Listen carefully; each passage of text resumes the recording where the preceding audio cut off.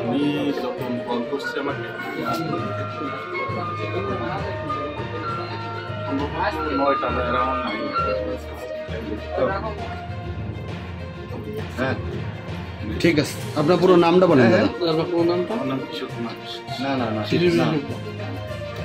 ঠিক আছে। আপনার নাম কি? সেলিম। আচ্ছা কি হয় বলেন, কি ঘটনা হয়?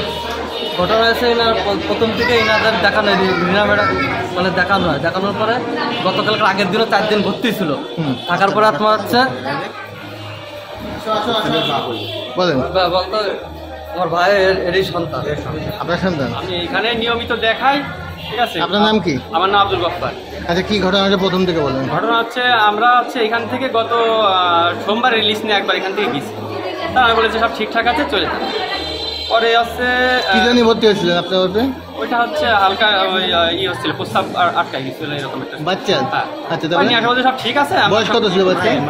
বাচ্চা মায়ের। আচ্ছা মার। হ্যাঁ। তারপরে বলেন। তারপর এখানে নিয়ে আসার পরে ওনারা তদন্ত করলে এই পরীক্ষা সেই পরীক্ষা, এটা নিয়ে আসো ওটা নিয়ে আসো, সবই করলাম।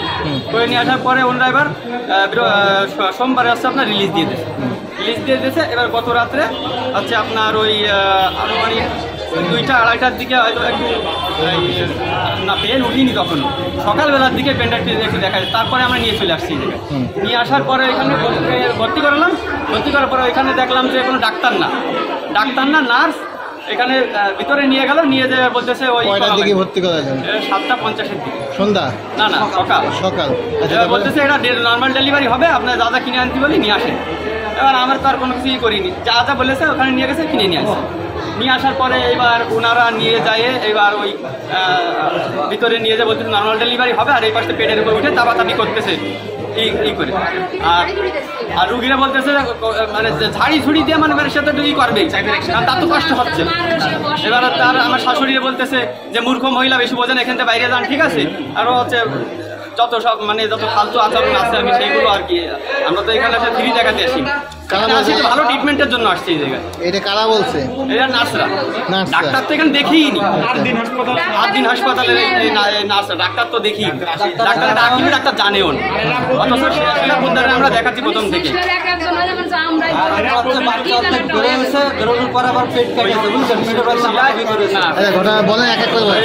পরে হচ্ছে সাইড কাটে তখন বেরোচ্ছে। আমরা আগে বলি যদি সম্ভব না, মানে যদি আপনাদের হয় আপনার সিজার করে দেন, আমাদের ওরকম কোনো সমস্যা নাই, অর্থনৈতিক বা কোনো কিছু আমরা ওইভাবে তো করতেছি না, আপনার যেটা ভালো হয় সেটা করে দেন। তারা বলতেছে নর্মাল ডেলিভারি আর নর্মাল সাইড কাটে, তাও হচ্ছে না। এবার ওই উপরে উঠে তারা হচ্ছে ফিরে মানে ইসের উপর টুলের উপর উঠে এরকম পেট ধরে চাপাচাপি করছে। চাপাচাপি করার কারণে বাচ্চাদের ওই হাওয়ায় মারা গেছে, এবং উপরে নিয়ে গেছে, নিয়ে যায় বলতেছে আপনাদের হয়তো এই করা যাবে, সেই জিনিসটা করে দাও, সেই জিনিসটা এই দিয়ে এটা দিয়ে আরো হয়রানি করে, আরো 3-4 ঘন্টা এই একটা নল নাকি এটা দিয়ে দিয়েছে, এটা দিয়ে বলছে এটা নিয়ে আসে। এবার আমাদের প্রায় 5-7টা লোক এই যশোর শহরে আনা থেকে সব জায়গায় খুঁজে বোঝায় পাইনি। পরে আসার পর একটা পাইছে, নিয়ে আসার পর বলতেছি এটা হবে না, এই জিনিস আনা লাগবে, ঠিক আছে, এই জিনিস আনা লাগবে। পরে আবারও খুঁজেছে, আবারও যত জায়গায় ছিল ছোট বড় যত ডাক্তারখানা ছিল সেটা খুঁজেছে। তাহলে এই জিনিসটা যদি নাই পাওয়া যায়, তাহলে এই জিনিসটা ওরা পাইলো কোন জায়গায়, এই জিনিসটা আমাদের হাতে ধরাই দিল, এইটা কোন জায়গা থেকে আসলো, এটা হচ্ছে প্রশ্ন।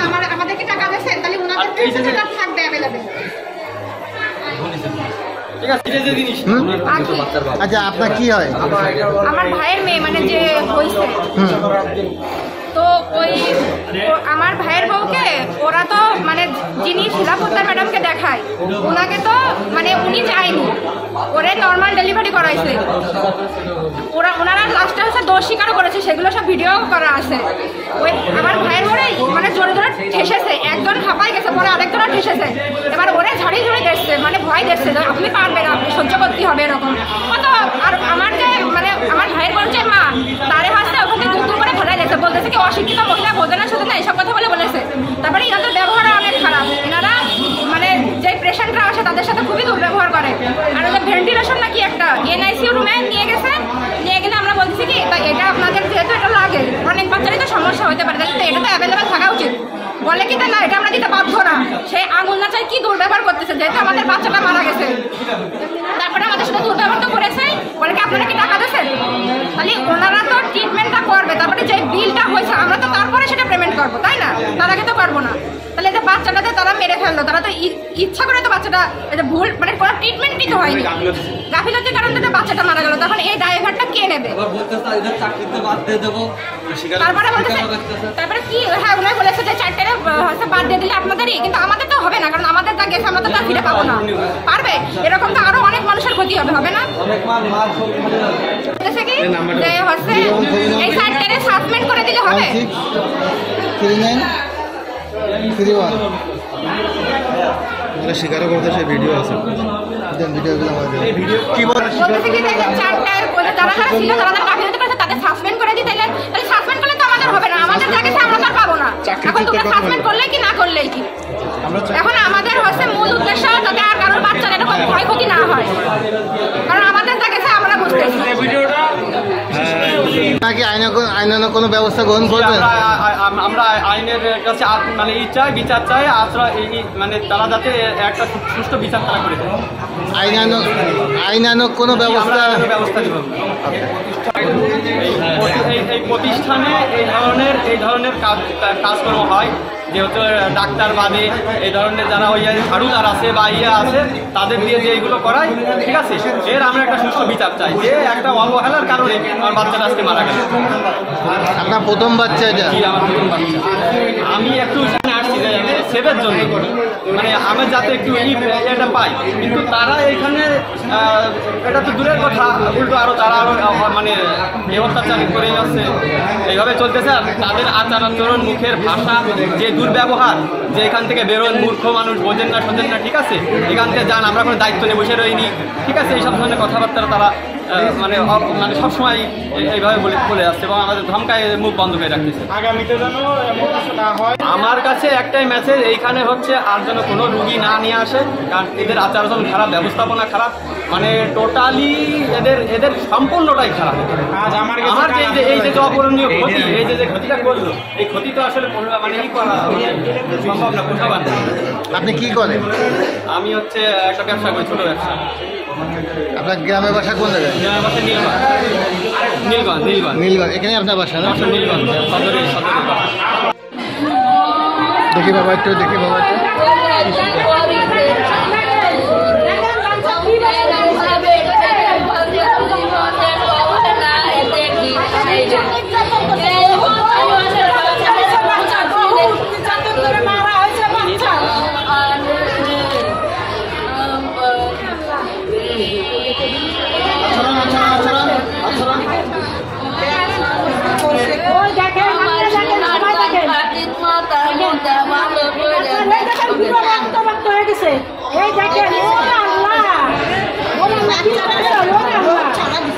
বহু সাজা আছে, আপনারা দেখেন।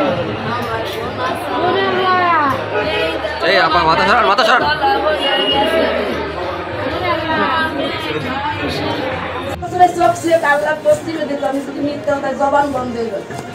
আমি কিন্তু 8 দিন আনতাম না মেয়ে, খালি আমার জামাইয়ের কারণে আনছে, আর আপনারা এতদিন আমার এই বাচ্চা মারিছে।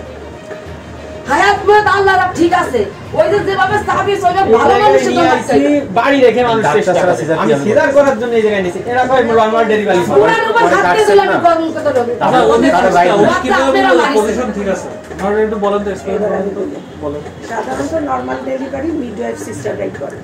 বাচ্চার মাথা যখন নিচে থাকে সেটাকে বলে পজিশন ঠিক আছে, তার মানে বাচ্চা তো উল্টা ছিল না, বাচ্চার পজিশন মাথা নিচেই ছিল। এখন হয়তো মেয়ের বয়স কম, হয়তো জায়গা একটু ছোট ছিল, কিন্তু বাচ্চাও ছোট ছিল, হ্যাঁ, সেই ক্ষেত্রে হয়তো বা বাচ্চাটা হাফসায় গেছে। তবে আমার কথা যেটা, যে আমার কথা সেটা শোনা, যেহেতু 7:50 আসার পরে, যেহেতু 9:25, তার মানে এখানে 1.5 ঘন্টা পরে ডেলিভারি হয়েছে, তার মানে এই রুগীর বাচ্চা না, আমি বলবো যে এর ডেলিভারির ব্যথা আরো অন্তত 18 থেকে 20 ঘন্টা আগেই শুরু হয়েছে। ওই যে উনি যেটা বলতেছে অল্প অল্প, হয়তো মেয়ের ধৈর্য বেশি, ওই যে বললো একটা কথা, আপনি খেয়াল করছেন, ওই যে ও বলতেছে যে আপনি তো অস্থির হচ্ছেন, মেয়ে তো কোনো শব্দ করে, মেয়ে তো আর এসে নলটা কই, পেইন উঠছে মনে করেন, হসপিটাল নিয়ে আসছে, তখন আপনারা তো ট্রিটমেন্ট নেবেন, তাই না? কোনটা করলে ভালো হবে, এটার জন্য তো আপনাদের কাছে নিয়ে আসছে, তাই না? রোগী যদি বুঝতো না, আমরা যদি বুঝতাম তাহলে তো আমরা নিয়ে আসতাম। শুনেন, যেহেতু ওর প্রথম বাচ্চা এবং বাচ্চা ছোট, সেই জন্য যেহেতু পজিশন নর্মাল আছে, আর যে জ্বরের মুক্ত কিন্তু খুলে গেছে তখন।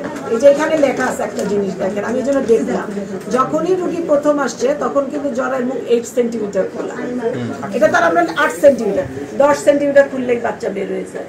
তার মানে বুঝতে পারছেন, তার মানে ও যখন হাসপাতালে রুগী নিয়ে ঢুকছে তখনই কিন্তু উনি বলতেছে না যে অন্য সময় স্যালাইন দেয়, অমুক দেয়, তমুক দেয়, ওই ডেলিভারি রুমে ঢুকাইছে, কারণ এটা 8 সেন্টিমিটার খুলে গেছে জ্বরের। এই জন্য এটা নর্মাল ডেলিভারির জন্য ভিতরে ঢুকানো হয়েছে। ভিতরে ঢুকাইয়া কি কথা? হ্যাঁ, এখন যেটা হলো যে এখন যেহেতু আপনার বাচ্চাটা নাই, এখন এটা বলতে হবে যে আসলে মানে কি বলবো, যে বাচ্চা বেঁচে থাকলেও অনেক কিছুই বলা যেত, যেহেতু বাচ্চা বেঁচে নাই। এটা তো এমন না যে এখন এত বড় একটা হসপিটালে ডাক্তার থাকবে না। ডাক্তার তো আমরা সার্বক্ষণিক গেছিলাম, আমি তো ওই সময় দুটো সিজারও করেছি। আরে নানছি মানে সে কি জানেন এটাই তো বুঝলাম। 3টা পর্যন্ত পয়সা খাইতে থেকে একবার সুজারে দেখাই দিছে, আর সব সিস্টার রাখো এ করে কোনো দেখাই একবার দেখাইছে ধরতে ধরতে 3টা যদি বাচ্চা তাহলে সিধা করতে মাইয়া দেখাই এটা শুধুমাত্র হাসপাতালকে দোষ করে দিলাম। আমরা পরিস্থিতি আমি আপনাদের নার্সের আছে, সিস্টার আছে, যে ব্যবহার আমি এবার বলি দাঁড়ান আইসিইউতে যখন নিয়ে গেছে আমরা ঢুকাইছে, বলতে এত বড় বাচ্চা, এই বাচ্চার তো এরকম সমস্যা হওয়ার কথা না, তারাই বলেছে এই কথা উপর আইসিইউ থেকে, বলতেছে এত বড় বাচ্চা, বলতে নরমালি 2 কেজির উপরে আছে, 2.5 কেজি ওজন আছে, এই বাচ্চার এরকম সমস্যা হলো কি করে? এই বাচ্চার এরকম সমস্যা হওয়ার কথা না। এই কথা তারা আমার উপর বলেছে, 4-5 জন ছিল দাঁড়ায়। নরমাল করতে চাচ্ছে একবারও বলেনি। আপনাদের এখানে নিয়ে আসছি কিছুই বলেন নাই। চাচি বলেন না, উনি মনে করেন যে মূর্খ মানুষ, কিছু বলেন না, আপনি তো বলবেন। মাথা নিচে তখন এটা নরমাল পজিশনে আছে, তারা তো নরমালি 8 সেন্টিমিটার খুলে গেলে 10 হলে হয়ে যাবে।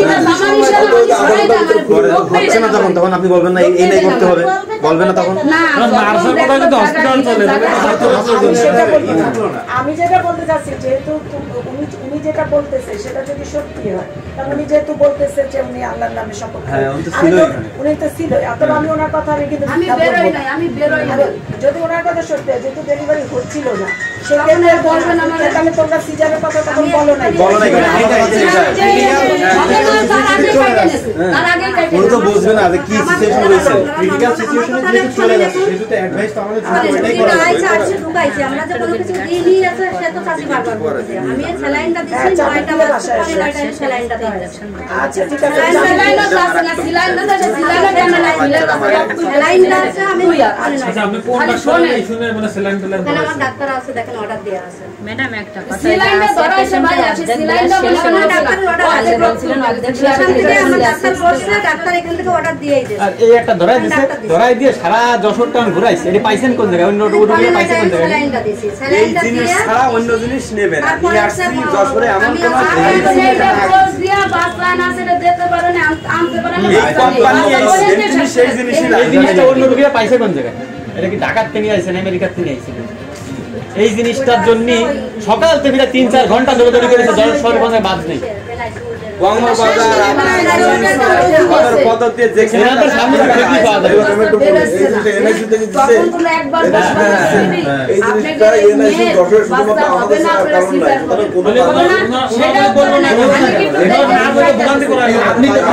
আপনি তো জানেন আপনাদের ছাড়া নেই, তাহলে আপনাদের কেন দিল? এটা আপনাদের এখানে তো আগে আসছে, আপনাদের এখানে আগে আসছে, আপনারা দিন আপনাদের কাছে ফার্মেসি তো আমাদের স্বীকার করে নিলেন, এটা আপনি বাইরে পাবেন। এটা না না, এই দেখুন কথা বাইরে তো যায়নি, আগে প্রথম এখানে খোঁজা হয়েছে। তার জীবনের একটা ব্যাপার আছে, যেহেতু বাচ্চা ছোট।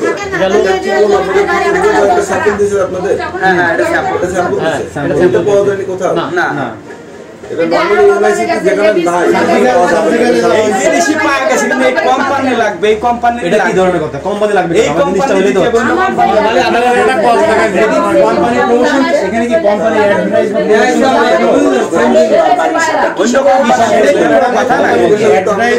যশোর শহর আমার জিনিসটা হইলে এই কোম্পানি যাবেন না, কোম্পানির না, যেটা আপনাদের পরিচিত কোনো কোম্পানি। যদি আমরা তাদের সাথে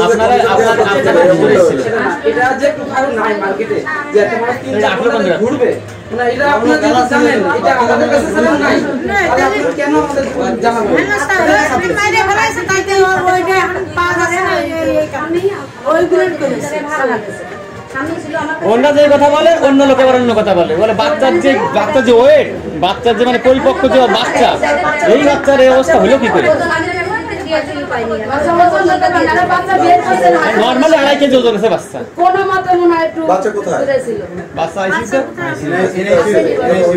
হ্যাঁ সেখান তো ওদের বলেছে ওজন দেওয়ার সময় পাইনি ওজন